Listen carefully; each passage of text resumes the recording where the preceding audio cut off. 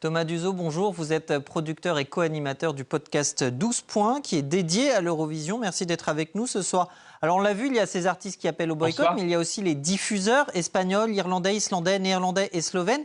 Quelle peut être la portée d'un tel boycott ? Écoutez, aujourd'hui, l'UR, en tout cas, ça n'a pas l'air de lui faire peur, puisque malgré le fait que déjà de grands financeurs du concours se soient retirés, l'Espagne, l'Irlande, les Pays-Bas, l'Islande et la Slovénie, pour ne parler que de ces 5 pays-là, n'a pas porté préjudice à l'organisation du concours aujourd'hui. Et l'organisation se défend d'avoir d'ailleurs des soucis financiers, malgré la perte d'un des plus grands financeurs qu'est l'Espagne. Aujourd'hui, le boycott de ces 1100 artistes annoncés fait du bruit, effectivement, mais ne va pas empêcher l'organisation du concours. Ça fait maintenant 3 ans, en fait, que les polémiques autour de la participation d'Israël dans le concours font rage, on peut le dire, parce qu'elles ne sont qu'exponentielles dans l'organisation du concours, mais elles ne porteront pas préjudice sur cette session-là. On se souvient que la Russie avait été évincée de l'Eurovision en raison de la guerre en Ukraine. Comparaison n'est pas raison, mais est-ce que l'argument du deux poids, deux mesures peut être entendu ? C'est exactement en fait ce que l'opinion publique et une grande majorité d'aficionados de l'Eurovision reprochent aujourd'hui à l'organisation. C'est ce deux poids, deux mesures sur la capacité qu'ils ont eue de pouvoir retirer la Russie du concours en 48 heures, quand l'Israël, ça fait 3 ans, et sous couvert de multiples votes internes, de discussions internes, ou en tout cas de pourparlers assez flous, permettent au pays aujourd'hui de concourir là où en fait on observe une vraie crise de légitimité du concours au vu des milliers de morts civiles qui font rage dans ce conflit israélo-palestinien aujourd'hui. On le rappelle, l'Eurovision a été créée dans un esprit de rapprochement des peuples. On le voit au fil des années, c'est devenu une vitrine, si ce n'est politique, en tout cas politisée.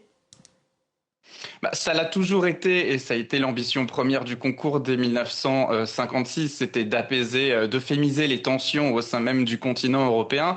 Aujourd'hui, sur différents créneaux, et on le décrit très bien dans le podcast, chaque pays, alors c'est pas les pays qui sont représentés, c'est bien les télédiffuseurs publics qui prennent part à ce concours, mais néanmoins, aujourd'hui, pour le public lambda, c'est des drapeaux qui défilent en introduction de l'émission, donc c'est des pays qui sont représentés et qui véhiculent de fait les messages qui sont portés par leur propre gouvernement, qu'on le veuille ou non.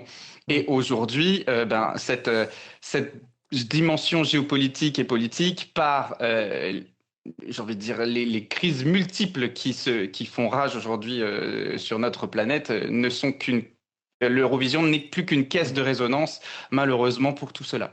Alors, hors compétition sportive, corrigez-moi si je me trompe, l'Eurovision, c'est l'événement au monde le plus regardé à la télévision. Et pourtant, il a parallèlement aussi cette image d'un rendez-vous un peu du kitsch, du ridicule, hein, ce côté un peu ringard. Hein, je cherche à offenser personne, mais c'est les critiques qui peuvent revenir. Ça fait partie du décor, c'est une image assumée finalement.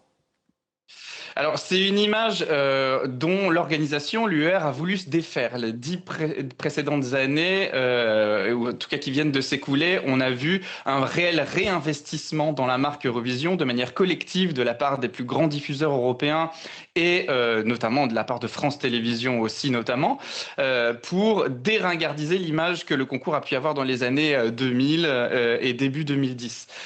Parce qu'en fait, ils se sont rendus compte à plusieurs titres que l'audience réalisée, les retours économiques sur l'organisation du concours, voire même la fanbase que ça crée et l'évolution des générations autour du concours, les gens qui comme moi le regardaient petit, le regardent aujourd'hui adulte et le transmettent, font que la manne financière peut être extraordinaire si le projet est bien traité.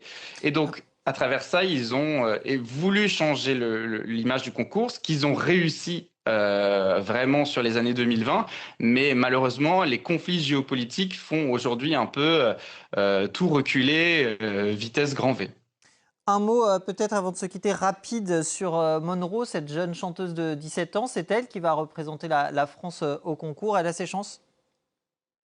Écoutez, Monroe aujourd'hui est extrêmement bien classée chez les parieurs, chez les bookmakers internationaux. pour une possibilité de victoire. Elle est deuxième dans les possibilités de victoire du concours. Pour, dans le podcast, avoir déjà regardé les 35 prestations, les chansons qui seront présentées lors de cet événement, je dois vous confirmer que je pense qu'elle a vraiment ses chances, car l'offre qui est proposée est très peu diversifiée, et cette pop avec des moments de lyrique et opératique peut vraiment faire la différence. En tout cas, on continue à y croire, et c'est le rôle des supporters français, c'est d'y croire. C'est son titre, Regarde-moi même, je crois, de mémoire. Rendez-vous donc Exactement, le 16 mai à Vienne, début des hostilités, je dirais, le 12. Merci beaucoup Thomas Duzot d'avoir été notre invité ce soir.